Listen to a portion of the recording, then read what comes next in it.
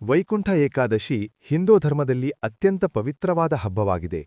ಈ ದಿನವನ್ನು ಮಾರ್ಗಶಿರ ಮಾಸದ ಶುಕ್ಲ ಪಕ್ಷದ ಏಕಾದಶಿ ತಿಥಿಯಲ್ಲಿ ಆಚರಿಸಲಾಗುತ್ತದೆ.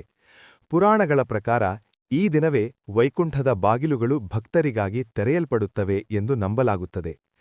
ಕಥೆಯ ಪ್ರಕಾರ ಮೂರಾ ಎಂಬ ಅಸುರನು ದೇವತೆಗಳನ್ನು ಮತ್ತು ಋಷಿಮುನಿಗಳನ್ನು ಹಿಂಸಿಸುತ್ತಿದ್ದ.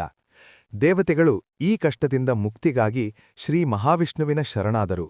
ಮಹಾವಿಷ್ಣು ಮೂರಾಸುರನೊಂದಿಗೆ ಭಯಾನಕ ಯುದ್ಧ ನಡೆಸಿದರು. ಯುದ್ಧದ ಮಧ್ಯೆ ವಿಷ್ಣು ಸ್ವಲ್ಪ ವಿಶ್ರಾಂತಿ ಪಡೆಯಲು ಬದರಿಕಾಶ್ರಮದ ಗುಹೆಯಲ್ಲಿ ವಿಶ್ರಾಂತಿ ಪಡೆದಾಗ ಅವರ ದೇಹದಿಂದ ಒಂದು ದಿವ್ಯ ಶಕ್ತಿ ಉದ್ಭವಿಸಿತು. ಆ ಶಕ್ತಿ ಮೂರಾಸುರನನ್ನು ಸಂಹರಿಸಿತು. ಆ ದಿವ್ಯ ಶಕ್ತಿಯೇ ಏಕಾದಶೀ ದೇವಿ ಎಂದು ಪ್ರಸಿದ್ಧಳಾದಳು.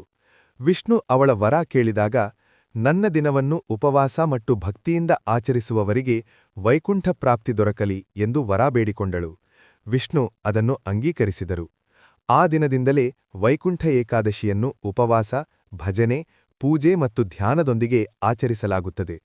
ಭಕ್ತರು ಈ ದಿನ ವಿಷ್ಣು ಸಹಸ್ರನಾಮ ಪಠಿಸಿ ಧಾರ್ಮಿಕ ಕಾರ್ಯಗಳಲ್ಲಿ ತೊಡಗುತ್ತಾರೆ. ವೈಕುಂಠ ಏಕಾದಶಿ ಮಾನವನ ಪಾಪ ನಿವಾರಣೆ ಮಾಡಿ ಮೋಕ್ಷದ ಮಾರ್ಗವನ್ನು ತೋರಿಸುವ ಪವಿತ್ರ ದಿನವೆಂದು ನಂಬಲಾಗಿದೆ.